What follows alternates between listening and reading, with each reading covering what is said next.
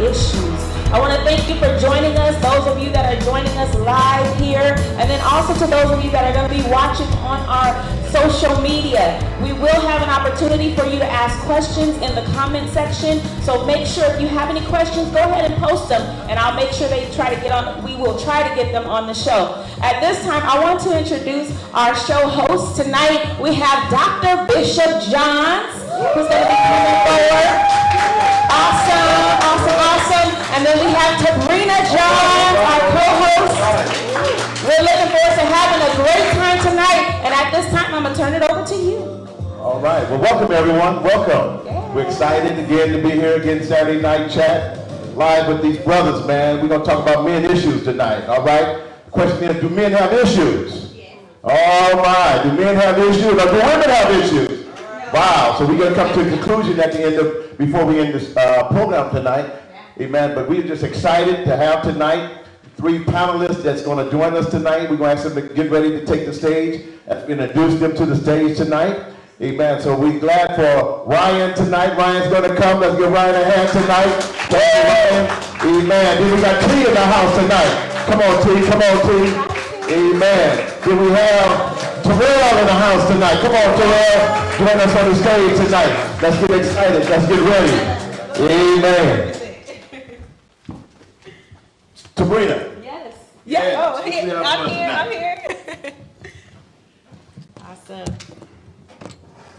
All right, so I'm actually super excited for this conversation, you all, because often it's very rare that we get to hear men's real thoughts on their own issues, right? I think sometimes as women, here we go, I'm back. Sometimes as women, like, we can analyze the thoughts and the things that men might think, but I think it's so imperative to kind of hear it directly from the men. Sorry, I don't want to be blocking your shot. You know, you got the light and everything. But honestly, I'm looking forward to this conversation because we have real men that have been through some things, that's not afraid to share their story and are willing to share their experiences. And I think that's what's awesome. So thank you for agreeing to do this. We appreciate you and your time. And so Dad, do you want me to explain how tonight's going to run? All right. So tonight, the way we're going to run tonight, we have a bowl situated right here in the middle of the table, okay? So what you're going to do, you're just going to go one by one. We can grab, I don't know if I should change mics, it keeps going in and out, but okay. What you're going to do is just grab. Start right now?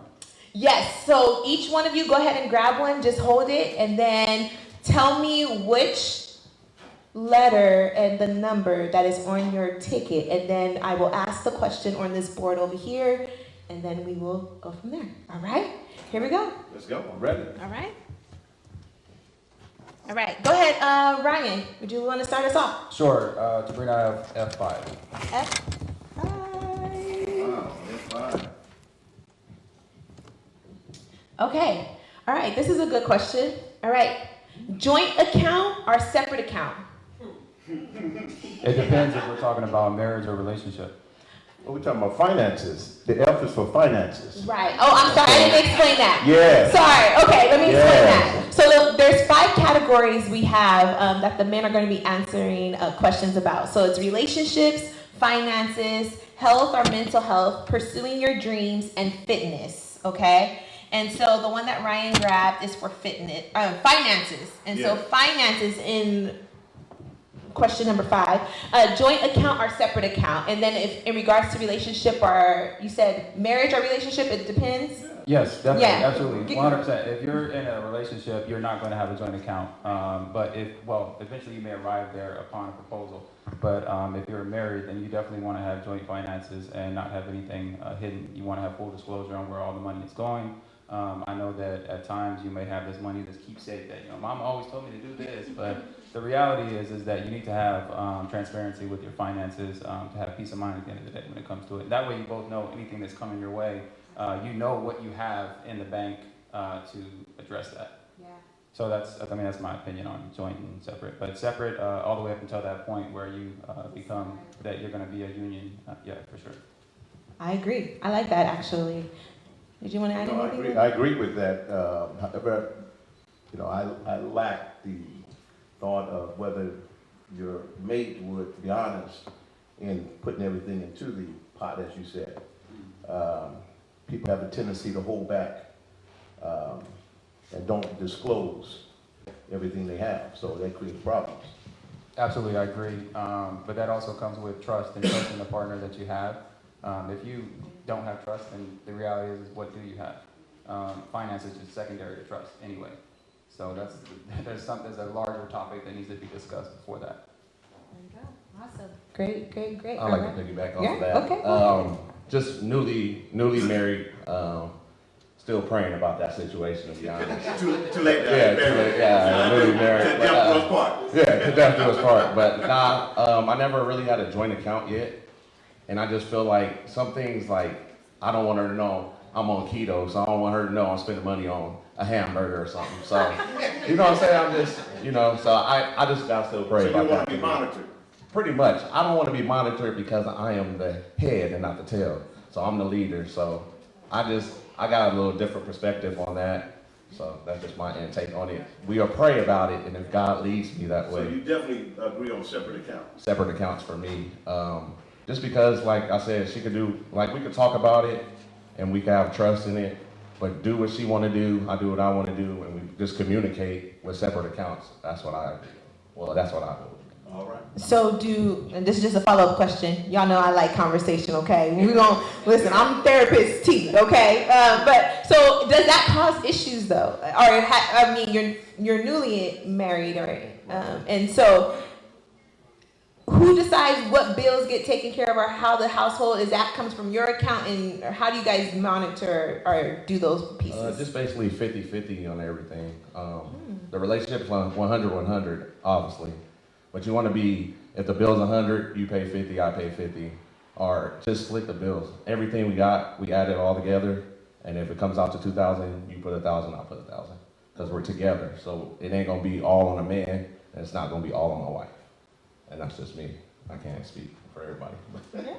That's another perspective. Awesome. It's very rare that I hear that. So, all right, cool. All right, so let's go ahead and go. T, go ahead and give us your. What about the next question? Let's see what we have. Yeah. I have R5. R5. That's relationships. Yeah. Okay. Yeah. How do you feel when others find your mate attractive? Oh, wow. So, and then, you know what, we can even add, answer that question. I have another follow-up question. So once again, how do you feel when others find your mate attractive? To be completely honest, I feel like it makes me think I've made a good choice, I feel like men have issues sometimes with insecurities, right? So when a man, shows that, he doesn't like the fact that, his wife or significant other is being seen a certain way, right?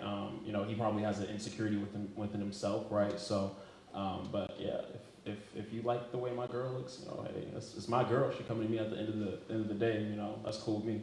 True.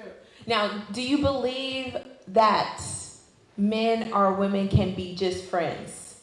So do you have that? So I know this is a conversation, and often in a lot of my circles is either men feel that a woman can't have another guy as a friend, and vice versa. Some women are like, he better not have no other friend. I'm his only friend. So do you feel that your mate should be able to have another guy friend, and how do you feel with that? Well, if I would answer that, in our time, it definitely wouldn't have happened, But now we're living in your millennials, whereas a female can be the best man of a wedding today. So it's just the time we're living in. But back in our day, no, it wouldn't have been that way. Interesting. So you never had. I'm sorry. I'm sorry, y'all. Okay. So you've never had any other female that you said, this is just my friend, even though you might have had another chick that you were talking to. Listen, we're gonna keep it real, right? Okay. We want the real men issues, okay? So I'm just saying. Well, from a pastor perspective, yes, there's friends that I'm acquainted with. Mm-hmm. Yes, so I would stick on that level from a pastor perspective. Yes. Okay. All All right, Pastor. All right, go ahead, Ryan. Okay, so this is relationships, and we're talking about relationships. Yes, we're in relationships. So it's definitely okay to have a female friendship and you're a man, and vice versa. And I Okay. say this, but there has to be transparency. Mm-hmm. I mean, 100% transparency, because the moment that your significant other becomes insecure with that relationship, how are you going to make that? How are you going to bring them back into that level of security and give them peace of mind? It's up to you to do that. Okay. Or in the end, it's just like you want your spouse or you want that friendship.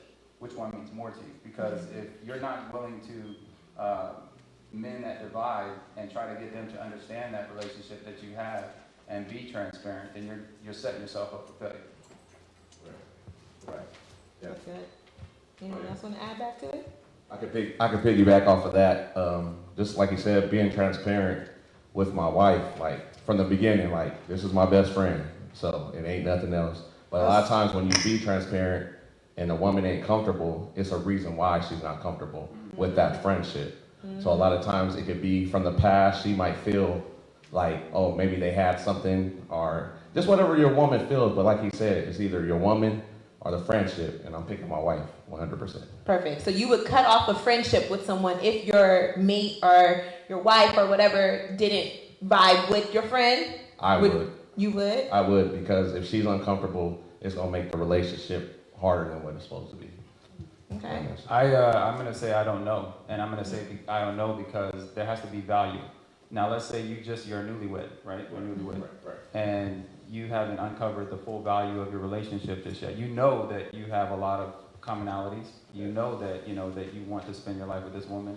However, like you go through it, time passes and you uncover insecurities and say that person doesn't want to work on themselves. And then you're dealing with someone that's like, through thick or thin, you're going to make it through whatever. Right.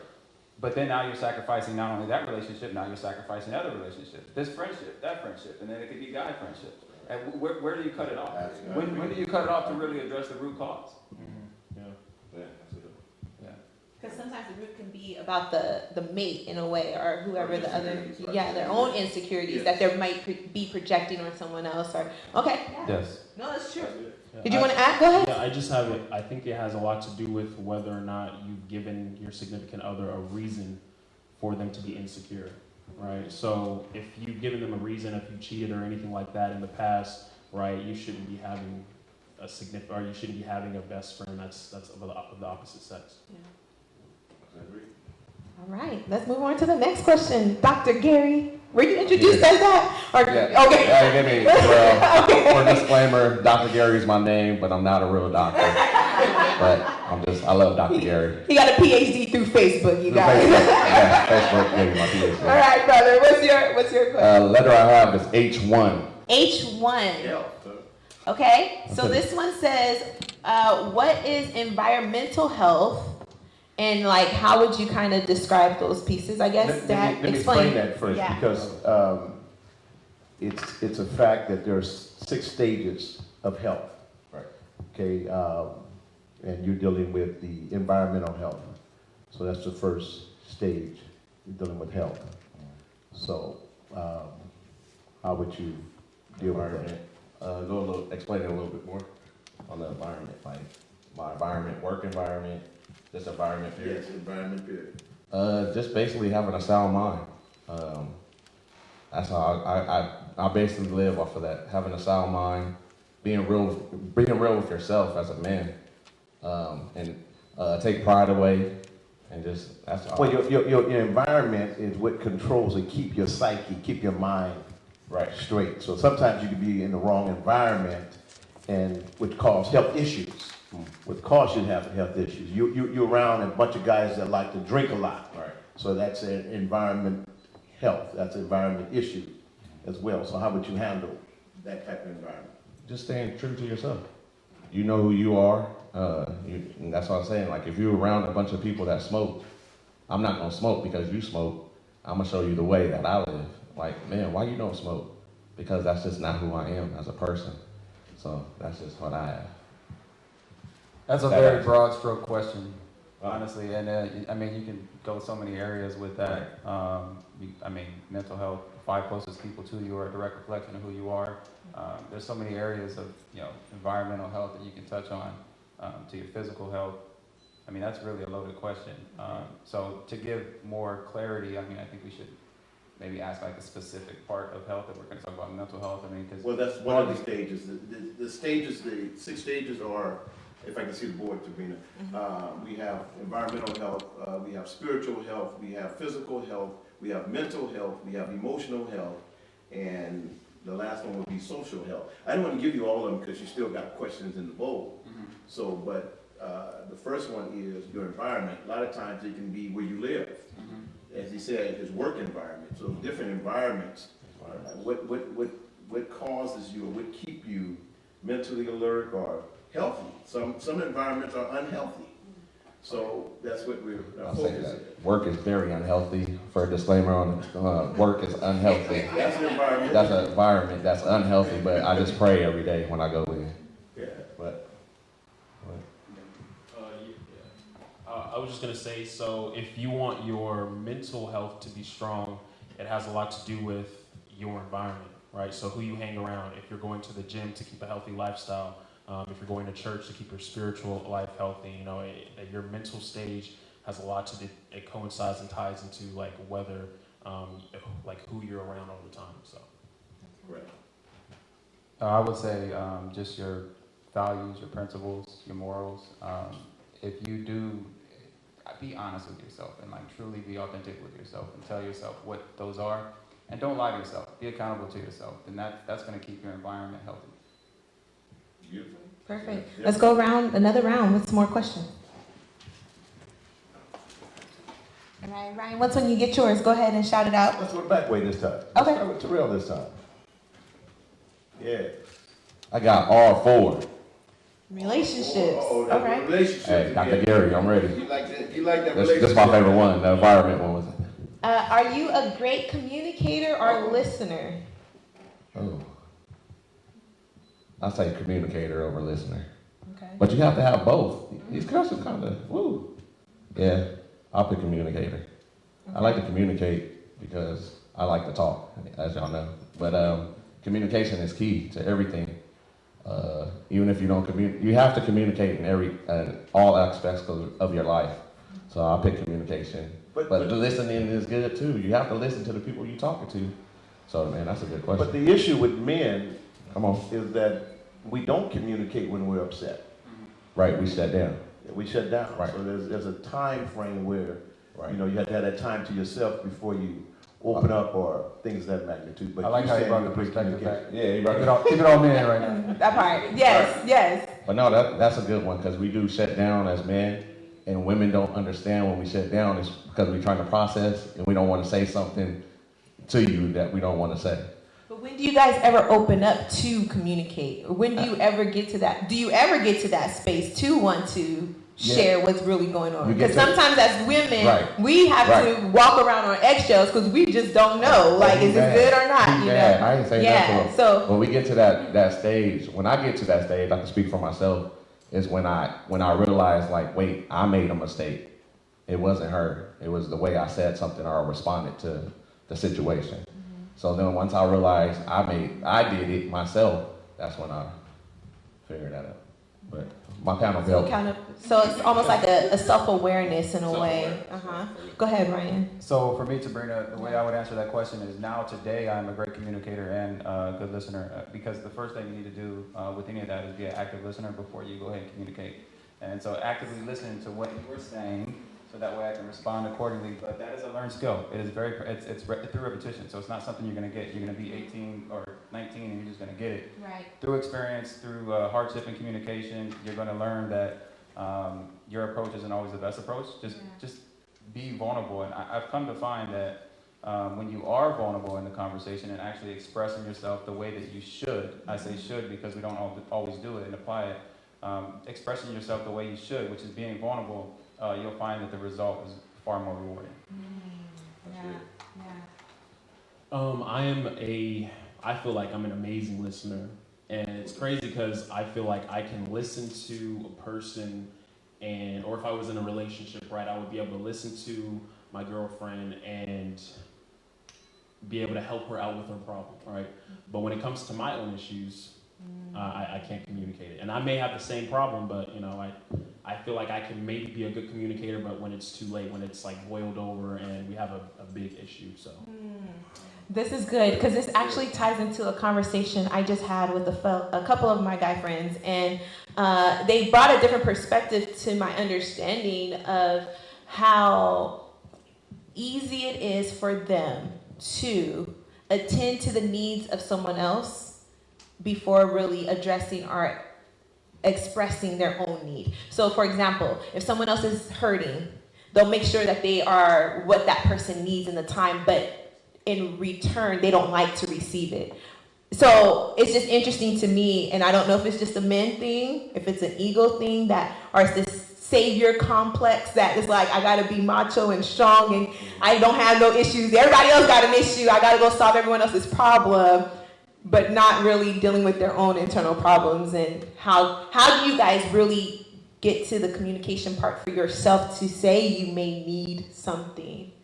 Well, there's a social stigma that's out there about men and pride and having too much pride. And that's one of the things that is very difficult for a man to really swallow is our pride. And it takes, again, repetition and eating your own words at times and acknowledging, really assessing yourself and saying, hey, and figuring out what is the condition that you have? Why are you here? How did you arrive here? And what I noticed with me, a lot of the conditions that I had coming up through the years and all my experiences has been just addressing the conditions socially. Because, you know, culture has a huge impact on how we are today. Absolutely. You know, in all forms. Yeah. And we all want to be socially accepted, but at the same time, is that social acceptance conflicting with who you are spiritually, morally, with your values, principles? You know, is it conflicting? Mm-hmm. And if you're not willing to ask yourself those questions and then stand firm, again, you set yourself up for failure. That's good. And I think that almost ties in with the environmental health question, right? Because yes, it ties in with the way you were raised and the things that you were brought up in, and the, you know, the complexes that were kind of pushed on you to be a certain way, and it didn't kind of give you liberty to be something. Listen, we can go deeper and deeper, but okay, let's move on to the next question. Hey, that's what we're here for. Yeah, I mean, you know, someone hold that one, and we'll come back to it in the next segment. All right, what's the next one? R3. R3. Y'all talk about relationships all night. Okay. Do you ever admit when you're wrong? I'm supposed to be Be honest. completely honest. This is the men issues chat, okay? Yeah. Let it out. I don't. I don't admit when I'm wrong all the time. It's definitely a pride thing. You know, I was in a relationship for a while, and when we broke up, I started reflecting on the things that I did wrong, and I believe it was my fault because I wasn't able to communicate. I wasn't able to, you know, and I knew she knew that I was wrong. Like she knew that I knew that she knew that I was wrong, right? No need to cover that. Right? And I just couldn't admit it, you know, and it was a pride thing. So, you know, I'm working on myself, and you know, I'm singing about it in my R&B songs and stuff now. So. You found an outlet.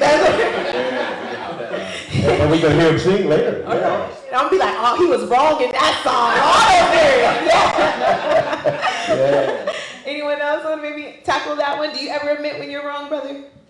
I'm gonna pray about it still. Y'all pray for me. Nah, I'm still working on it. It just depends on the situation. Because sometimes everybody got their own truth. So sometimes I feel like my truth is my truth, you know? That's why I'm Dr. Gary. But everybody got their own truth. So that's why I'm like, I don't feel like I'm wrong, but she might feel like I'm wrong. And I'm like, no, I'm not wrong. You're wrong. So it's like, man, it's a hard situation. Pray for me again. You know, and what's interesting, we can admit when we're wrong outside of a relationship. Like when you at work, your employer, if you do something wrong and your employer reprimanded you, you can admit, well, I did this, yes, I did, so forth and so on. Certain employers have a policy that if you don't tell, you're in trouble. So it's best to tell the truth. So it's ironic, or it's interesting how we can admit our wrong outside of a relationship. I think everybody can relate that initially. It's not like firsthand, like you want to just say, hey, I'm wrong. Right. Or I take wrong. I think what you have to do is set a mechanism in place to say, I'm going to assess it, and eventually, if you don't admit you're wrong right away, if you come back to that conversation, and then you confess, and you say, hey, I was wrong, I think that's just as good as being silent in that moment and not being wrong, or not confessing that you were wrong in that moment, but actually having the gumption to come back and revisit that conversation and say, how, you know, whether it's, we're talking relationships, baby, I was wrong. All right. Maybe I was wrong. All right. And then go ahead and get deep into where you were wrong at. Yeah. But it doesn't do anything to your pride. Like, you're still respected and all of that. And I think, if anything, if us ladies, we will appreciate that, okay? Like, even if it's just those moments where, you know, if you had an argument and you're going back and forth, like, well, you know, stubbornness, but you choose to say, you know what? We're going to give it a pause. Let me reassess. Let me go back through what I said, what you said. But then that ties back into the communication and the listening pieces as well. So I really value that piece where you said, even if I assess it and then I come back and maybe say, you know what, hey, it was my bad, you know, so I like that. All right, let's move on to the next question. Who's next? Me, I have F1. F1, finances. Okay, what is your understanding of debt? What is your understanding of debt? Try not to have it. Avoid it by all means. Yeah. Don't live your life on credit. If you don't have it, don't buy it. Don't let society and don't let the social construct, you know, have you out here buying Jordans and all kinds of stuff. You can't afford it. You know, there's an old saying, you know, probably forgive me, it ain't tricking if you got it. But if you do have it, you know, and God bless you with it, then go ahead and buy it if you can afford it. But if you can't afford it, don't try to keep up with the Joneses and buy all these things that you can't afford. Stay within your finances, and then you'll grow. And when you grow, you can buy more things. But save, invest. If you don't know about investing, start asking questions. That's it. YouTube. My favorite thing is YouTube. You learn a lot on YouTube. But now, with debt, my understanding is don't get it. Stay away from it. But we as a community and just growing up in school, we never really learned about money. So that's where we got to go back to and learn how does money work, how do we use credit, how we just got to be teachable, and that's what we learned at church. Be teachable, be submitted, be humble and be willing to learn about debt, to stay away from it. All right. I 1000% agree. Did you want to add anything to it? Yeah, I actually have a question for the panelists. Do you guys feel that going to college and just getting like maybe a regular business degree, nothing like, you know, you're not in law school or medical school or anything like that, you just went there just to get your undergrad or bachelor's to have on your resume, do you feel like it's worth it to get in debt when there's so many different ways to actually make money off of different avenues? No, I do not. And the reason I say I do not is because there's so many other avenues that you can take. Now you can get your doctorate on YouTube without officially having that piece of paper. Because today, I mean, you can be educated. I mean, there's a difference between educated and intelligent. I mean, you can be educated and still be a dumb. You know, I'm just saying. So the intelligence factor is knowing and educating yourself to the point where you arrive at understanding what debt is. And what debt is good, what debt is bad. If you have a home loan, that is really an investment. You're getting equity as you're making those payments. Sure, you're paying interest rate, but it's a good debt to have versus, you know, just having credit card debt. Well, I'm going to piggyback off of T, because, again, we're talking about the different ages. In our time, we were told, you know, graduate from high school, go to college, get a good paying job. And that's not necessarily so. So what do you teach the millennials about understanding debt? You know, as you said, going to college, you're creating debt. You know, bachelor's, depends on what college you go to. If you go to a four-year university, you're talking about maybe $100,000 to $120,000 day of graduation. Now you have to go out there and find a job to help you bring that debt down. But the young folks, the millennials, are not going for that. They're looking for ways of making fast money, quick money, and need money now. I want money now. Right. So that's the time we're living in. I think too, just to piggyback off of what he said, we have to understand as people, how is it that I can get a college loan, but I can't get a 10,000 business loan. And that's where I looked at it, and I was just like, wait a minute. If school is to benefit me, and it's more debt than a business loan I get rejected for, it's like, man, my thought process be different on it. So I don't know, y'all can piggyback off of that. Yeah, I'm gonna provoke some thought right now. Why is it that you can get an education loan with the government, but you can't get a car loan with the government? Come on. That's You can't get good. any other type of loan, but you can get an education loan. A cycle. Yeah, So we gotta figure out. This can go down a whole, I mean. Yeah, you I know. With this education and the Right. Department of Education, Yeah. but there's other things that you can do, trade schools, et cetera, they're not as expensive. Everybody has different resources available to them. Like some people's parents, may be able to pay for their college. Maybe they said, like, I know I'm a disabled combat action veteran, so my kids all go to school for free. So I have a daughter that's in nursing school right now. She's 23 years old. And I don't look that old, but I'm 41. I have my daughter very young, and she's going to school for free right now because I made that sacrifice. So if you're in a position to where you can't afford to go to school right now, what you need to do is find out how you can get school free. If you need to go do 4 years in the military, make that sacrifice. But if all you're going to do is just complain about where you're at in life, then you're never going to go anywhere. So we all have circumstances that we're faced with. It's just a matter of you taking advantage of what you do have, and then taking note of what you don't have, and then placing yourself in a position to where you can succeed. That's good. So I think we all agree the understanding of debt is to avoid it. Avoid it at all costs. Amen. Let's go another round. Questions, you guys. Let's go ahead. Pull another round. Yeah. Y'all can bring it closer. Let's let T start off this time. Okay. All right, T. Which one you got? F4. F4. All right. Finances again. Okay.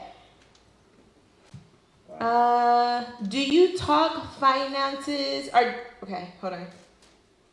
Pretty much, I'm assuming. So, do you talk about your finances often or not enough? With anyone or?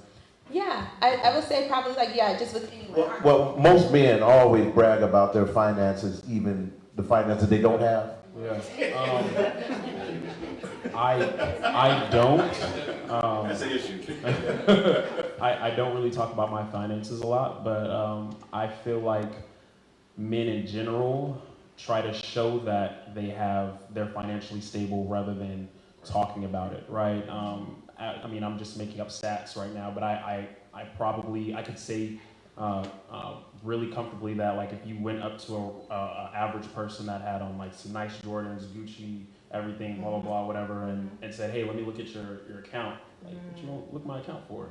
They just spent everything on everything that they have in their on their body. So I feel like talking about it is a very, very low percentage, but trying to show off what you probably don't have in your account is what happens usually. Yeah. I'm putting on men on blast. I'm sorry. I'm sorry, guys. I'm sorry. And so I'm gonna piggyback. That was me. It was all perception at one point in time in my life, and I realized that I was buying things that were beyond my means, and it wasn't until I accrued some of this debt on my credit cards, and I had to pay all this stuff back, and then I became overwhelmed, and actually affected one of my relationships at the time. So definitely, as men, do not. Stop trying to have the perception. Because I'm not saying this to try to preach, because by no means am I a preacher at any means, but I have had the experience of where I have tried to give that perception. I don't wear jewelry at all anymore. I barely wear a watch, because at one point in time I was spending so much money on jewelry, watches, rings, whatever. It was all a facade. It wasn't real. It was fake. And so when I see someone doing it, I mean, like you said, let's see your bank account though. Right. And then let's look at my bank account. Right. See where we're at. Not to compare, but it's like, usually if you look at the wealthiest people in the world right now, billionaires, how do they dress? Right. Yeah. Right. Simple. Yeah. Very, very simple. Very Bill basic. Gates and New Balances. Yeah. Yeah. No. Yeah. Yeah. Mm-hmm. To piggyback off it, I just feel it's nobody's business to know about my finances. But So you don't talk about it? no, I'll talk about my What finances. about to your children? You don't talk about your financial to your children, educate them about. Yeah, because basically to them, yeah, but anybody outside of the family unit, no, it's none of your business. This is me. I don't want you to know what I got, because there's people out there that's going to try to get you. And a lot of people try to hate on you because of what you got. So you don't need to know about my finances, but that's just my perspective. I don't talk about it at all, just me. I do talk about finances with my children that are older. I have 5 kids, by the way, so 20, 23, 21, 11, 85. And my 23, 21-year-old, my 21, I will say right now, I love him, but he's kind of, learning life right now. Right. But my daughter, I'm already teaching her, I invest in the stock market. She definitely is starting to learn options trading, just swing trading. There's a lot that she's learning right now. Something that I wasn't taught, and many of us aren't taught at a young age, and young can be 18 to 25. It's something that, if you are knowledgeable, pass that on to your children. Teach them how to grow their money. Mm-hmm. Because man, I should be, 3 times over millionaire right now. If I know the stuff I know now. Right. Mm-hmm. Yeah. But just a random person, like if I came to you like, hey Ron, let me see your bank account. Like, you No, know what I'm saying? You would be like, no, definitely not sharing my finances with anybody like that. But I am open about my finances. I am open about, a financial conversation. Mm-hmm. Well, my encounter, there are a lot of millennials, young men, especially in the gym, that's investing, Robinhood, different investments, Right. e-commerce, things of that magnitude. So they're always talking finances in the gym. They always want to know, well, what are you doing? You can listen to me in the gym. As an older person, what are you doing? Now that you're retired, what are you doing? How are you set? So I share my information with others. And sometimes I feel I'm not talking enough, even as pastoring, talking to the congregants about finances. Right. Don't spend money, pagan holidays, don't go out spending money. Christmas, don't go out spending money. Next holiday coming up, Easter. Don't be spending your money. Right. Save. Invest. Let's go next question. Let's go, Dr. Gary. Can I add one more thing please. to what you said right now? When he said, when TJ just mentioned, or Bishop, whenever he mentioned pagan holidays, it's something that maybe 9 years ago I really took a look into. Every single time one of these holidays come by, what we're doing is we're consuming. And it's stimulating the economy, and it's good for people that are investors. Hence the reason go and invest. But all you're doing is taking your money and you're going out there to have that facade that you have everything, but you're a consumer. We're all consumers in some shape, form, or fashion, but you're a consumer. But don't go out like everyone. If you treat your woman like Valentine's Day comes, but if you treat her like Valentine's Day, 365, 366 on a leap year, you're fine. That one day, if you just don't meet that mark of like Valentine's Day, Right. I'm pretty sure she's gonna, be a little forgiving. If you're treating her like that queen that she is, all year round. Absolutely. So don't fall victim to feeling like you have to get in debt on Christmas. Like my kids, like I'll have them. Like we're gonna go downtown. We're gonna go give a gift to somebody that doesn't have it. Show them what it's really about. It's about giving. It's not about what, because my youngest, I want this. Is this long? Like, you know what I mean? And it's like, it's crazy. I'm not going into debt now. I'm not doing it. Right. Even with the stimulus that folks are just receiving, people are going out spending. Man, the malls have been crowded. Right. SWAT meetings been crowded. Wow, it's like Right. behind the stimulus. So we have to be careful. Take that $1,400 and invest it wisely. But that's the thing too. When everybody say invest, but we got to be taught what to invest in. Everybody say put your money this way. And you put your money into the stock market, and the stock market crash, and that's all my investment. So you got to be smart with your investments. Yeah. Get with a professional that knows about it, Yeah. and basically follow their game. But just don't hold on to your money too. That's a bad thing. To keep your money in the bank, you got to learn the bank system. So a lot of things that school didn't teach us, we got to learn and teach the next. Yeah. And that's what I live on. Yeah. Let's go into the next question. Dr. Gary, what was your next one? I had F6. F- Another finance. Okay, y'all staying on the. All right, so Money. then just go into this money piece. Budgeting. Do you budget, and what is your method of budgeting? Basically budgeting for me would be taking 10% of what I make and put it aside. Basically like tithing in the church. It's like principles that you learn. But budgeting, instead of going to buy a $10 burger, I'm gonna get that 99-cent burger. You know what I'm saying? Just gotta be smart with it. But that's my budgeting method. Okay. Taking a percentage of Take what a I make percentage. and put it to the side. Okay.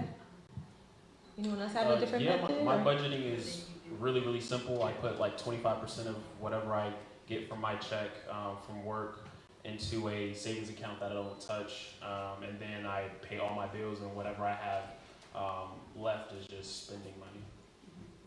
Yeah, that's a good method. I have a few different revenues of income, so what I do is I take one of them and I put it into my investments that I have every single month. So every single month I'm doing that, and then I keep an ample amount, like roughly 6 months worth of being able to pay my bills, because you never know what's going to happen. Yeah. Just like when the pandemic hit. So it's important for first you save up enough money to pay for bills for at least 6 months. And I know that's hard, but if you can't discipline yourself to do that, then you're again back to what I was saying before. You're setting yourself up for failure. Yeah. And then you're living day to day. That means if you lose your job today, you're gonna lose your home. You're probably gonna lose your relationship, because she's gonna be like, you can't pay for this, you can't pay for that, you can't even provide security.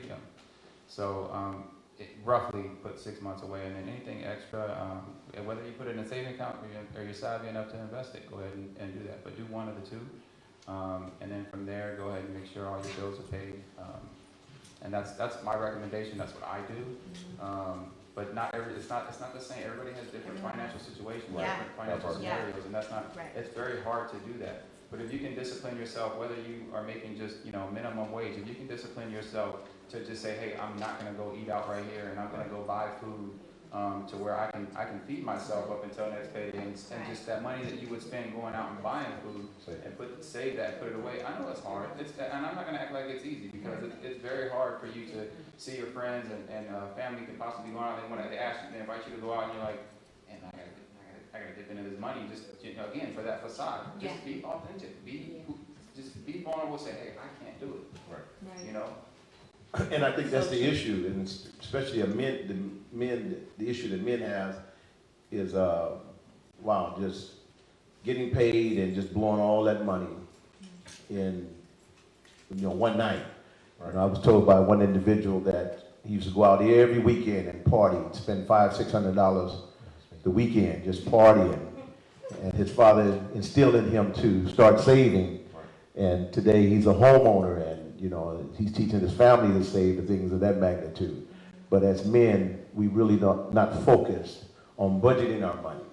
We so comfortable living from paycheck to paycheck to paycheck, and it's becoming an issue.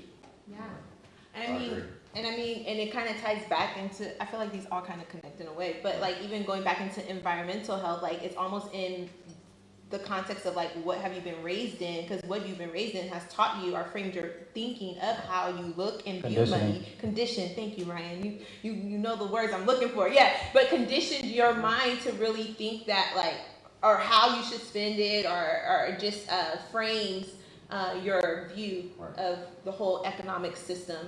So for you guys, this is just a follow-up question. Where did you guys kind of learn how to handle your finances?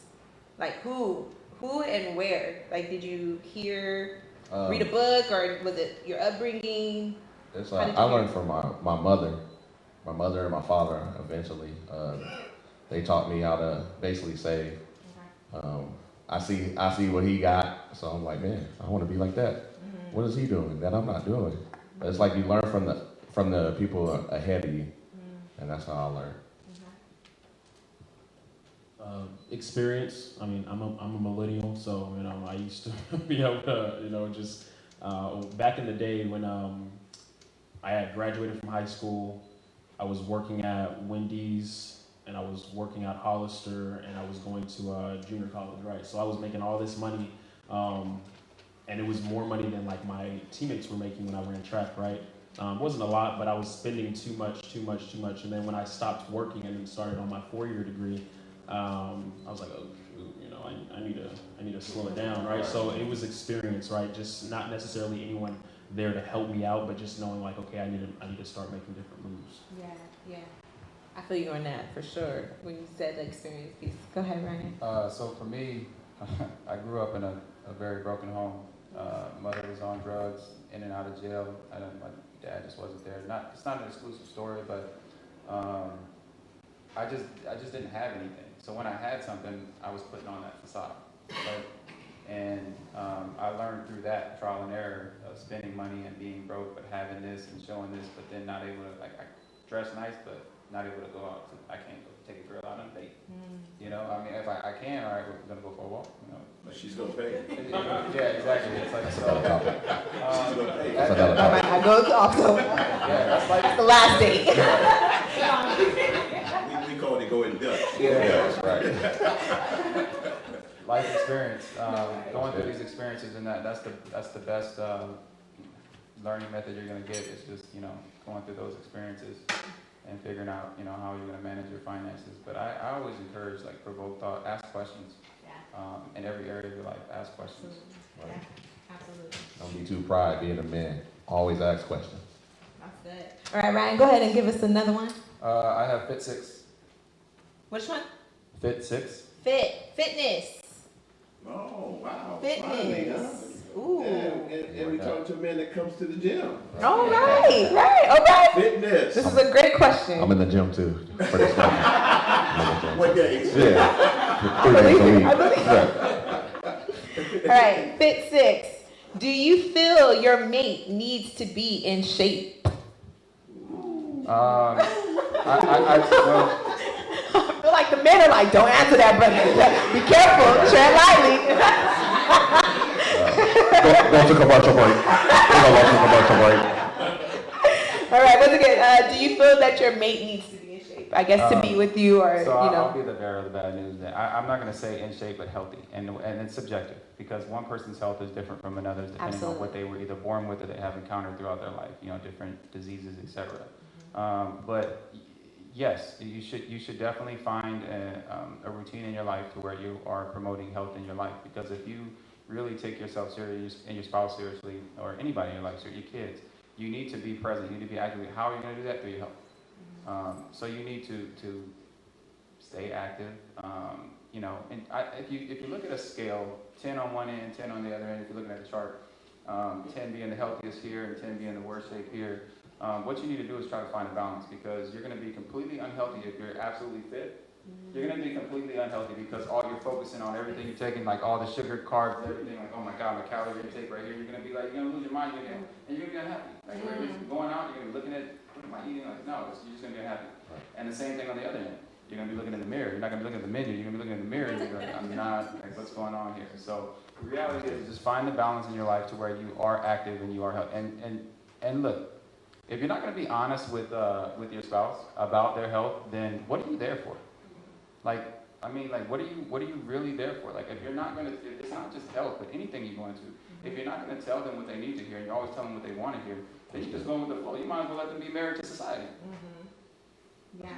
So that almost piggybacks to the last Saturday night chat where there was a question that was asked if your spouse or whatever came in and said, hey babe, how do I look? And she might, remember that question? I do remember that. Okay, like how would you have responded? If you knew maybe in the back of your mind, you probably were like, that probably isn't the most flattering, but like. I think any man is going to generally say, you look beautiful because they're not only seeing the exterior, they love them for who their character and their personality as well. So you're looking at more than that. So it's always going to be, that answer is always going to generally lean towards, baby, you look amazing. You look great, you look great. Because you're so much more than the exterior. But if someone was to just ask me, I don't know, how does it look on you? I look like you need to put on some different clothes. I don't know. Maybe my favorite line, maybe that one ain't it. That one ain't it, babe. I love it. Awesome. We have time for another round? We do, and then we'll take some. Okay, all right. So let's go ahead and go one more round with questions, and then let's see. So there's still, we have, I feel like you guys haven't touched the pursuing your dreams yet, and we still have a lot of the fitness ones. So let's see. I got another fitness one right here. Okay, fitness. All right, what is fitness number? Fit 1. Oh, my. Okay. Well, this is probably just really simple. Are you a calorie counter? No, Okay. Calorie counter? No. I don't. It's not important? It's not, it's a myth? I mean, it depends on your, so everybody's, biological makeup is not the same. So for me, I know we were talking about this earlier, and I have generally had a higher metabolism throughout my life, so I pretty much was able to eat whatever I wanted and go and train, and it wouldn't stick to me like that. Yeah. But then you have someone that has a different body makeup, and their makeup is where they're just carrying everything around. Yeah. You know, and it depends. It's subjective. It's a subjective question, honestly. It is. But generally speaking, I just think that you need to make health and fitness overall a part-time job for the rest of your life. So I think I hear you saying we Part-time have, job. as men issues, we have the tendency to count other people's calories versus our own. Yes. I was gonna actually say that you're right, because I don't count my calories, and I'm a personal trainer, but I teach the clients that I have that want to lose weight to do that as soon as they start losing all the like water weight in the very beginning, and it slows down because you want to make sure that you're at a caloric deficit for sure. Gotcha. Yeah. All right. So there is importance both, and there's pros and cons to it in a way where it's like it is beneficial, especially for you to lose that weight, but then also it might not be so good mentally because you might be just trying subjective. to. Yeah. It's just subjective to Yeah. each one person, because he may be training someone that is very slender, and it's like, you need to increase your carb and calorie intake. Right. If you want, it depends on what your goal is. If your goal is to have more muscle mass, then you're going to have to increase if you're very slender. But if you already have the weight, then yes, you're going to be in calorie deficit for sure. Absolutely. Got it. All right. Next question, T. D2. All right. This is the dreams. Okay. What's your talent? Uh-oh. Sing it. All right. Yes. Keep it real, cause my heart is real. It'll have to be mine. I think I can sing a little bit, and I rap too. So, Hey. was that the question? Yeah. Yeah. Oh, That's it. what's my talent? I also believe my talent is being able to. It was on the question board. Oh, being able to listen and connect with people, right? So just yesterday, I was talking to a new client. He was signing up with personal training with me, and he told me that he hadn't spoken to his mom in several years because she was saying like, hey, you're not going to be a part of this family if you're going to be overweight. And if you go back to like a long time ago when Asian women and Asian men, like that in their community, they were shunned when like they were too overweight, or like the women they used to have to wear like smaller shoes and stuff to like keep their feet smaller and stuff. So I told him like, hey, I've had a client that way before as well. So he was like, yo, we're connecting really well because like you understand how I feel. And I told him like, hey, the background about that. And he was like, yeah, you're right. So I feel like I'm a really, really good communicator, and I'm able to connect with people as well. So I love it. I think that's a talent, really. It's a skill, definitely. All right. Let's go ahead and go. What's your question? My question? I had D6. Okay. What is your most challenging struggle, and how have you overcome it Wow. Challenging struggle. with your dreams? Pursuing your dreams. Yeah. Pursuing your dreams. Pursuing your dreams. What is your most challenging struggle, and which ways have you overcome? Most challenging struggle is trying to get people to understand your business mindset. Understand your mindset when you have different perspectives on life. Basically, my hardest struggle is trying to get people together like this, trying to get men together to understand, like, let's build together. So it's kind of hard to get men, and I'm a church boy, so it's hard to get men in the church. Why? I don't know. But it's just a struggle to try to get people together to, unite the dream that you have. And that's the struggle for me. So you feel like you haven't overcome yet? Haven't overcome it yet, because a lot of times people want to see your success for them to go on to jump on to your dream. It's like, oh, he got to be successful and then I'm gonna come. No, we got to lay the foundation, plant the seed, and watch it grow together. But people don't have that same concept yet. But we're gonna overcome. Through Christ Jesus, you overcome it all. So the title of this one is Pursuing Your Dreams, Pursuing Your and then Dreams. what's my most challenging struggle. So what my dream and struggle is today is one and the same. But I will say before I answer that it evolves in different periods in your life. So you change, your dreams change. And the one thing is at some point when you notice that your dreams are changing, somewhere you didn't take a risk. No risk, no reward. But for me, my challenging struggle is being a father. That's my most challenging struggle. makes me livid at times when I hear parents that I know are not good parents, in my opinion, my opinion, that I know they're not good parents, and they say that I'm a great parent. And I don't think that that's their conviction. I think that's the child has to answer that once they become adults. So my dream is that when my kids are adults, all of them, that they say that I was either a good or a great father. That's ultimately that's my dream for me. And but again, I'm completely different. You have other people in the family who don't have kids, so it evolves over time. Whereas at one point in time when I was younger, my dream was to be a professional football player. So it's just different it's going to continue to change, and it's just you assess yourself as going through different changes in your life, and your dreams may change. So like for T, he may not pursue singing later on. Like maybe he gets real successful and then he gets tired and he moves on to something else. It evolves. And being 41, I went through different stages in which I've assessed different dreams.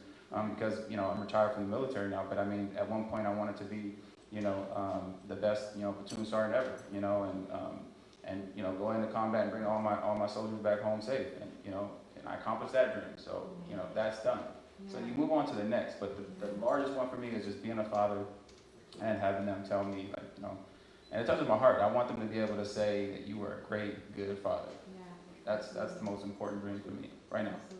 Absolutely. I love what you said, you have to take a risk. If there's any dream, there's going to be some risk involved. And so you have to step out. You have to kind of go beyond the support or the people that might not see what you see. You got to go, bold face and just attack what you really want. One last thing too, Debrina, is that I didn't know that I was going to be, doing this. I'm thankful I was invited to do this, but, it was sort of uncomfortable, like knowing I'm going to come into this setting and, people are going to be looking at you. But, I've been in a leadership role, and have done, facilitated, conferences and meetings and trainings, etc. But it's a little different when you start hitting home and you start talking about like these personal topics. Absolutely. So I was a little nervous coming in, but the thing for men is what we don't do is get comfortable with being uncomfortable. It's like we're not always comfortable, so we shy away from, without acknowledging it, shy away from those areas that you need to, because when you're in that space of uncomfortability, that's where you have the most magnificent changes right there in that space. Yeah. When you're uncomfortable. Absolutely. We can go down that whole route. I have like 10 questions that we can go into. I go deep. I'm like vulnerability, even just the honesty pieces. Like, do you guys find that you're honest with yourselves so you can be honest with other people? Like, okay, well, I'm going to put a pin right there because I believe we have some questions from the audience. All right, let's get a couple questions. All right, here we go. Go ahead, introduce yourself. Hey, everybody, I am comedian Low-Key. Yes. Y'all clap. Yeah. Give it up all these gentlemen here. All of them up here. Yeah. You can tell who's married, are you? Yeah, yes, indeed. Yeah, congratulations, brother. Man, you are very good, very intelligent. I like you, man. When you said the word facade, I looked at his face and he was confused because you had to explain it to him. It means fake. You know how to spell facade? Don't worry about it. I knew it. Don't worry about it. But you all the way single. You all the way single. Guaranteed, no kids right there. I can't even I can't wear those. Some nice shoes, brother. Nice shoes. I wore those when I was a kickball champion. But anyway. Yeah, but other than that, I am Loki. My question is for you fellas here. Yeah, I love that. Newlywed, old school, young man, and young man. Oh, you got 5 kids. That's the reason why you got 5 kids. Your smooth talking self. 5 kids. If I keep hanging with you, I have 7. I only got 3. I'm cool with that. My question is for you is, if you see yourself and you can predict yourself 3 years from now, what is the biggest aspiration to get you there so the way you can get to that particular dream in your life? Wow. Who will guide you to get to your dream? Okay, so you have to have some strong men in your life. As a man, because this is men issues. We're not talking about women issues right now, although we can, but for a woman, you want to have a strong one, but have strong men in your life. If it's a mentor, I know for me, I was just, like I said, I came from a broken home. And so coming from that broken home, I didn't have any strong men in my life, so I was lost. My first year in the Marine Corps, I was lost. Like I was getting in so much trouble, damn near to the point where, I was about to be kicked out. That was the reality check for me. But I had 2 strong men throughout my career that I was able to go to and guide me. So as long as you have some strong either mentors, role models, and if you're a man, you definitely want to have a strong man in your life. If it's your father, if it's your pastor, whoever it is, those are the ones that are going to be able to push you through to that 3-year success, 5-year success, 7, 10, whatever it is, to be your cheerleader, essentially. You need to have, your mentors are also a cheerleader. They're rooting for you. They want you to succeed. They're mentors for a reason. They want to see results. And then I'm not wasting my time because I also mentor. I have young brothers that I mentor too. And the thing is, I want to see results. And I'm going to hold you accountable. So if you're not accountable to yourself, you're not going to be accountable to God. You're not going to be accountable to the man next to you. You're not going to be accountable to your spouse. Give that man a round of applause. He just had all the damn answers, man. You don't need to answer the question. All right, what you got? Come on. He said it. He said it all. Okay, Follow-up question. being that you're a young man, you still got a ways you got to go. So you already know structure, a manly, strong structure and influence will get you to your 3-year goal. What's yours? Honestly, so I am single, but I'm a single father as well. I have a 2-year-old son, and he's my inspiration. So growing up not having the best relationship with my father, I take those experiences that I've had in my past and I apply them to what I should and shouldn't do with my son. So he's my inspiration to work hard. That's what I'm talking about. That's what I'm talking about. All right, here you go. What you got? What you got? Ryan already took mine. I was gonna say, have somebody that's gonna hold you accountable and be real with you. Somebody that's gonna tell you the truth when you're wrong. If you don't have that, you don't have nothing. So, Hey, ain't nothing wrong with that because they did get some good answers. Because I would use right, my that's kids. why I'm glad exactly. you were first. Yeah. But the thing is, with me, I would take that, both of what them said, but at the same time, passion and perseverance. That's me. If you got a passion for something, you're not going to let anybody that's going to hold you back. If you got a sidekick that's right there beside you, that's pushing you just like the influence, and you're looking at your kids' eyes and you motivate them, you do not want them to struggle the way you had to struggle, you use that, you persevere through to get to your passion. Because they see what daddy's doing, and they're going to follow your lead. That's why I look at it. All right, that's my questions. I guess you want to be on the panel. Go ahead, listen. Okay, all right, y'all. All right. Loki, you want about the panel seat? No, I'm good. No, you know what? I really appreciate this because, I expressed this to my dad, I really love the men asking the men the questions, right? And so for me as a female, I know how I was, kind of phrase the question, but I love that you have a man mindset to pull more out as a man. So I appreciate you doing it. Yeah, go ahead. You're doing great. You're doing great. Go, follow-up question.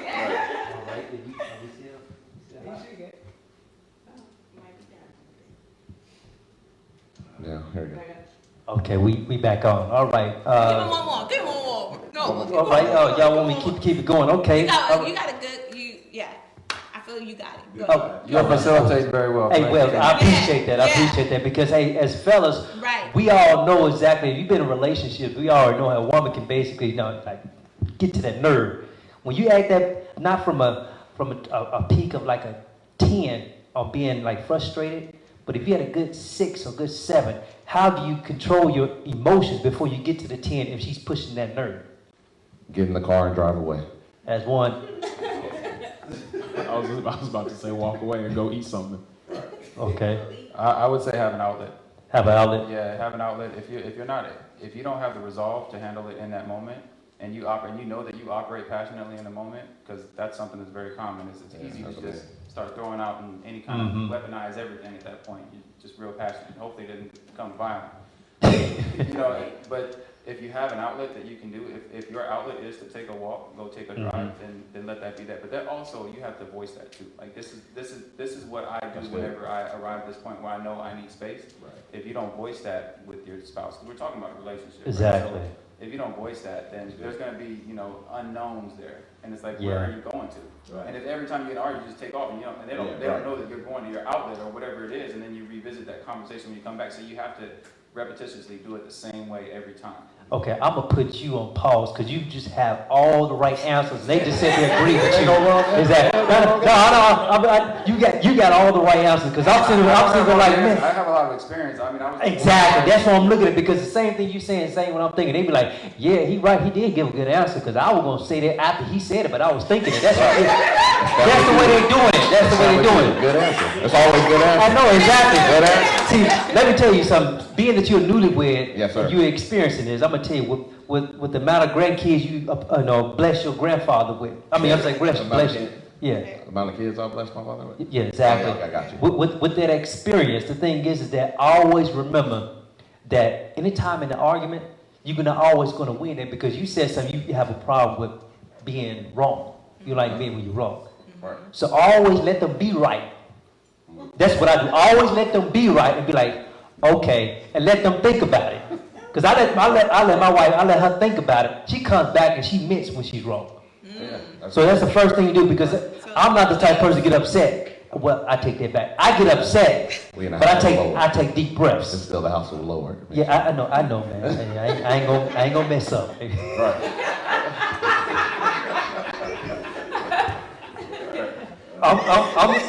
I wish, yeah, and your daddy bigger than me. Anyway, so what I'm saying is that being that he has the right answers, this is what I'm gonna ask you. Right. Because being that you're newlywed, and congratulations, because I didn't get the invitation and all that good stuff, but hey, we still brothers, we cool. Right. When you realize that she's hurt from something that you did, and you know you was wrong, how do you make her feel better? By not being wrong, by saying, not admitting it, but at the same time make her feel better, so the way she understands that you have remorse and you feel. Ooh, that's a tough one. I'm gonna go get her some food. I'm not wrong, baby. Here's some food. You know what I'm saying? You gotta go. I hope you got more than one bedroom. Now, honestly, I'll say if I'm wrong, like I said earlier, I don't think you was here. I said if I'm wrong, you have to be that man to admit that you're wrong. And you know what I'm saying? That's if you know you're wrong. Thing You're is right. that if you have a challenge admitting that you're wrong, do you have to wait till you see the emotion, the expression on her face of how much wrong you were to go back to her and say, hey, I have a hard time admitting that I'm wrong? No, I'm a man of God, so the Holy Spirit will convince you, like, you're wrong. Go back and apologize. So I pray a lot, so God will speak to me and be like, no, you're wrong. Go back. At what point is he speaking to you? While you driving away in your car? While you in your silent moment, while you're in your closet, your long closet. So he's saying before you get a reaction out of her, can you admit you being wrong? Are you wrong? Probably, yeah. Before I get the reaction, I can. Okay, that's good, because I'm gonna tell you, it's tough. I mean, if it's like a real one of deep conversations where, you bought some Jordans and she bought her some red bottoms, and you know the price of some red bottoms, you're like, look here, I could have bought you some high heel shoes and paint the bottom of your shoes red. Right. My Jordans did not cost more than that. Exactly. Would she admit to you that she was wrong for doing something? Yeah, it's just that, And how you would react to it? You asking some tough questions, man. Hey, I'm just saying, because, My wife is watching. hey, push. Next question. Yeah, let's go. Yeah, I'm not gonna put you on the spot. Cause she may go home and fix you some rice. I gotta go home tonight, man. Yeah, she ain't gonna put no rice in that. I mean, don't put no salt in it. All your stuff gonna be unseasoned when you get home. You come home, how you gonna fix me some beef strudel with no seasoning? Tastes straight like Play-Doh. Okay. All right. Okay. So, hey, you did all you did. I'm going to T, you millennium and all that good stuff. So I'm pretty sure down the line you're gonna be looking for a spouse, right? Yeah. Okay. Give me 3 things that's the most important to you in finding a spouse. Honesty. Okay. Definitely number 1 is gonna be honesty. I don't mean to cut you off, but if you just meet her, she ain't gotta tell you the truth at all. Right.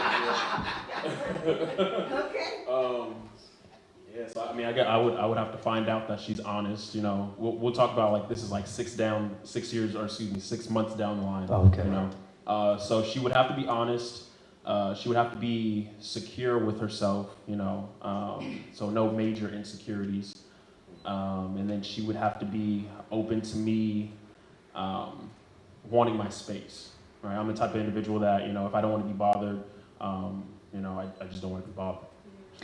Okay, when you start dating somebody, write down everything that you want and pass it to her before y'all even get started. So that way she has a blueprint of what he likes and dislikes. Because sometimes it's not about, for you, with me, when I first meet a woman, I'm not looking for honesty. I'm looking at personality. I'm seeing how she gonna interact with me. Then we get deeper into the conversation. Now I can find out more about her. Now I gotta find out what her long-term goals are.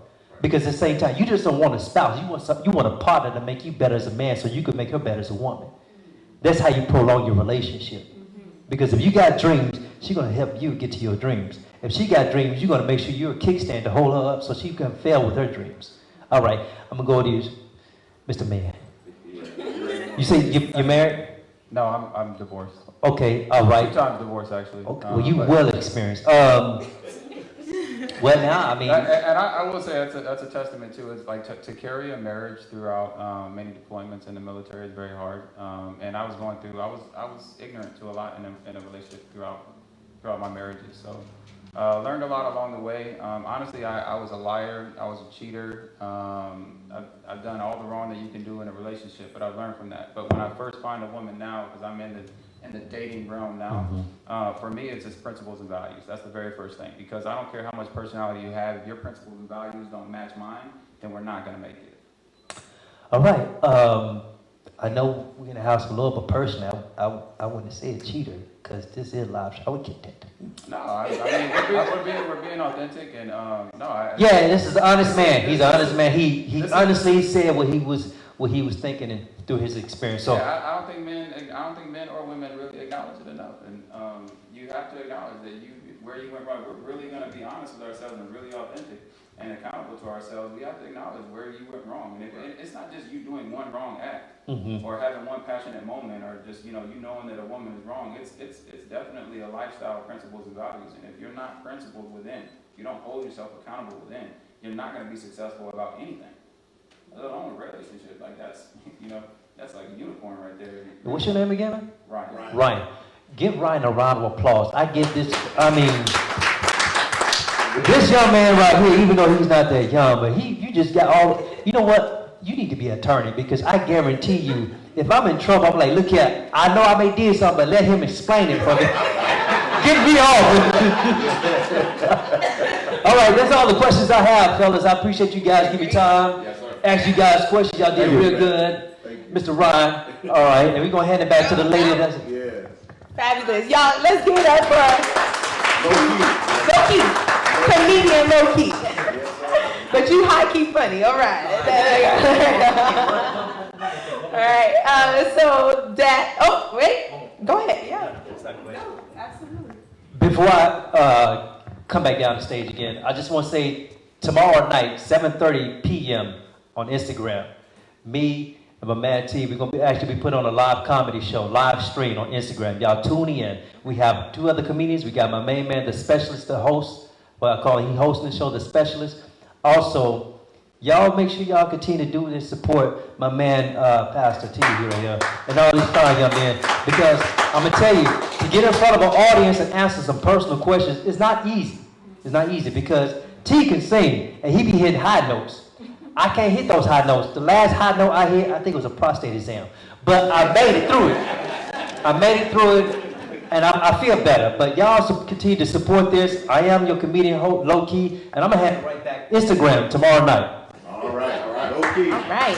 You didn't give us your handle. Did you give us the handle? Low-key. Low period Baptist. LOBACHUS. Say it again. Sorry. On Instagram, LO period BACHUS. Low Bacchus. Low Bacchus. Perfect. Got it. All right. Yeah, these are the times we need to be laughing and be joyful, and then also just have a good time. Sometimes that's what life is about. Yeah. All right. Any audience questions? Anyone from the audience have any questions? No? All right. We'll have our song. All right. So, you want to take over, Dad? And Well, let's give these guys a hand. We want to thank Ryan and T and Dr. Gary, for being here tonight. Come on, give him a hand for being here tonight.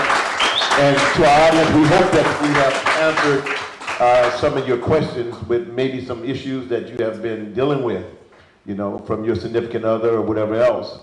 So prayerfully and hopefully this has been a help to many of you, that you can really check yourself and as Ryan said, be accountable, be authentic, just be real with yourself, all right? So let's give these guys another hand. Thank you, Ryan, thank you, Gary, and Sabrina. At this time, T is going to prepare himself to come, and he's going to sing and get ready for tomorrow, and then Sabrina and I are going to come back, and we're going to come to a conclusion. We're going to come with a conclusion, and we'll be ready to leave here shortly. So at this time, if T is ready, we're going to ask you to put your hands together, receive them as he comes. Come on, what up, what up, what up? So my artist name is TYB. It stands for Truly Yours Beautiful. Y'all gonna rock out with me real quick? Let's go. Let's get it. The song's called Imagine. Hey, put your hands up. Let's get it. Woo! Imagine, yeah. Okay.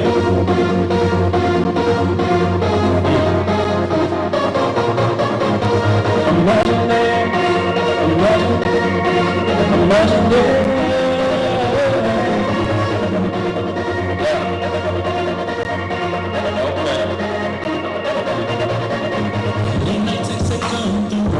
What we gonna do? You said, boy, you know what you were designed to do. Purposely leading you home, cause I secretly love you.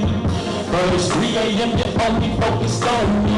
Learned it like a sort of solo, making music with our bodies while the sun stays alive.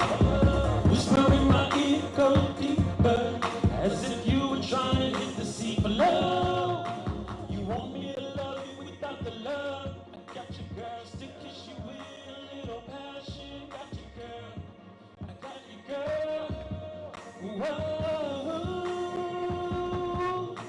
Imagine this, picture me loving you all night, hitting your spot at the right time, knowing everything, call me chronic calm, designed for the purpose to give you love. Imagine that.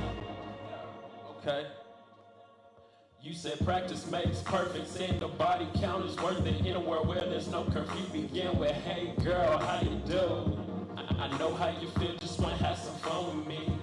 Made it clear there's no one real between you and me. Never say those 3 words to make it more than it is. It's okay, cause ironically, that's the way I was engineered to only, dare I say it, I love you. Imagine this, picture me loving you all night, hitting your spot at the right time, knowing everything, call me chronic, designed for the purpose to give you love. Imagine that, yeah. Picture me loving you, hitting your spot, knowing everything, designed to give you love. Always pictured us cruising down the street in foreign, never you and my devotion as foreign. What do I gotta do? I'm trying to get closer to you. Text only going through sometimes, trying to get to another lane. For me unless it's 3 a.m. and that's if your heart proclaimed. Am I a side piece? Falling so hard I don't even feel ashamed. Got me lane slipping, plane shifting, even tease sipping, steering so hard that these feelings, they've been drifting. Can you picture this? Oh, me loving you all night, hitting that spot at the right damn time, knowing everything, call me chronic. I've been designed to give you love, and only you. Imagine this, yeah. Imagine this. Imagine this. Imagine this. Imagine this. Designed to get you love. Woo! TYB. Thank you. Come on, give it up for T. Come on, give it up for T. So you go check him out tomorrow night. Come on, Sabrina. Yeah. Imagine it. So what was the meaning of this song? Imagine this. You know, break that down. What part were you wrong? What part you were wrong in? Oh, so the concept of the song is actually, it's kind of like a switcheroo, right? So usually guys are viewed as only wanting sex from women, right? But this was a viewpoint of myself actually wanting more out of more than sex. I wanted a relationship from a female, and all she wanted to do was have fun with me. So it was just a switcheroo viewpoint. Good. I like that. The switcheroo of the viewpoint, because that almost ties in with the question with Ryan from last time with being the side piece. I'm just saying. I mean, there's also like different perspectives that we don't even think. As females, we feel like we always get played. But as men, I didn't know y'all get played. What? Yeah. I didn't know. You know, we innocent. We represent, right? We do what we supposed to do. I didn't know you men get hurt. I didn't know. Okay, but imagine that. Another panel. We're gonna do the men, women versus men. We're gonna do a battle of the sexes type of panel. Yeah. All right. You know, this has been a good discussion tonight, men issues. So our next discussion, maybe we should consider women issues. Do women have issues? Wow, y'all quiet on here tonight. All right. Do women have issues? I think these brothers tonight were very real. They spoke from their heart. So let's give them another hand. Thank you guys. Great job. So the issue of men, and from a pastor perspective, and I believe Terrell said it, Dr. Gary said it, and I'm going to go church on y'all. We need to stop making excuses. Telling individuals that, you know, I have this issue. You know, I have issues from my childhood, and we continue to make excuses. Once the Holy Spirit take over your life, you no longer should be making excuses, amen, for the issues you have. Allow the Holy Spirit to govern your life, and you will walk that path. Amen. And I think it comes also from a space of being open, honest, and vulnerable. Oftentimes we try to hide and act like we're not facing any issues, especially for those of us that are in the church or been brought up in the church. We know how to cover it up and make it look pretty, right? But it's like you have to be honest with your true self. Why am I feeling this? What are these emotions that's coming up? And as men, I appreciate the panelists because it seems that you are at a space that's you're willing to be open and honest. And just for all of us that were listening, I think it's also a mirror for us to just look at our personal lives and just say, am I being honest with myself? Well, am I being honest with God, right? If we're going to take it to church, like, he already sees it. He already knows it. So why am I even trying to hide and cover it up and act like it's not there, right? And so if he sees it, you know, just acknowledge it, recognize it, and then do those pieces of, like, finding the community, the mentors. There's resources out there that you can find to help you get the total healing that you need. So Even an attorney, Ryan. Or even a comedian, low key, you know, make you laugh it all the way. All right, Yeah. yeah. So thank you guys again for coming out. It's been a wonderful night. Our producer would come and Michelle would come at this time. Really quickly, I just want to thank all of you that came out to support here in person. Thank you. Give yourselves a round of applause. And then also those that are watching on live on our social media outlets, thank you all for tuning in and watching. And also, I want to give a shout out to 4 More Media, Chris. And then also, I want to give a shout out to Back Cinema, Myron, for this amazing production. Thank you guys so much. So if you have a production or some filming or something that you want to do, make sure you reach out to these guys. They are amazing to work with. And once again, also low key, I will be tuning in on tomorrow night. Yeah. Awesome. Thank you so much, T. Thank you so much, Ryan. Thank you so much, Dr. Gary, for coming out, your honesty, your transparency. And we will be doing this again. Are you guys enjoying our Saturday night chats? Awesome. So we will definitely be doing this again. And just check us out on Facebook. We do have a Facebook page, so just follow us so you can keep up with the events and things that we'll be having. Thank you so much to Sabrina, and thank you so much, Bishop, Doctor, for being an amazing host for this show. And I just pray that there's some information, the topics that we're talking about, that is going to help somebody. Because a lot of times people think they're the only ones that's going through certain things, but we're all going through something. We're all dealing with something, but it's great to be able to come into an environment where we can talk about it, we can laugh about it, maybe even cry about it, but it's all about being better. And that's what we're all here for, to help each other. So I'm really excited about these Saturday night chats, and we will definitely be bringing some more to you. So stay tuned. At this time. Yes, we open in prayer, so we'll have Sabrina, if she would close us in prayer. Well, everyone that's in the room, you can go ahead and stand because we're about to head on out. All right? And everyone from Facebook, we thank you guys. You guys can go ahead and just stretch your hand through the screen. We can feel it in the name of Jesus. Father, we're just so thankful for every person that has come and is tuned in to this live chat, Father. I just pray that there was something that was shared that provoked some type of a thought to go deeper, Lord.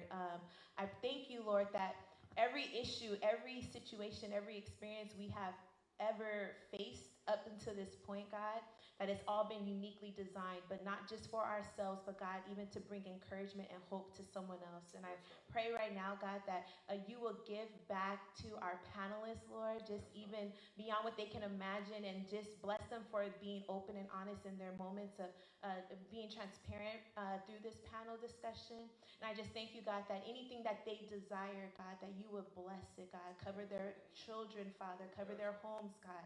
We thank you now just for this space. We thank you for Bishop Johns for opening up this building, Lord, to be a space to have these type of conversations. And I just pray that they will continue to be a breeding ground for more healing and for more encouragement. And we thank you for everyone that was involved, from media to our producer, God. We thank you for everyone. I just pray that there will be traveling grace over each individual as we go home safely.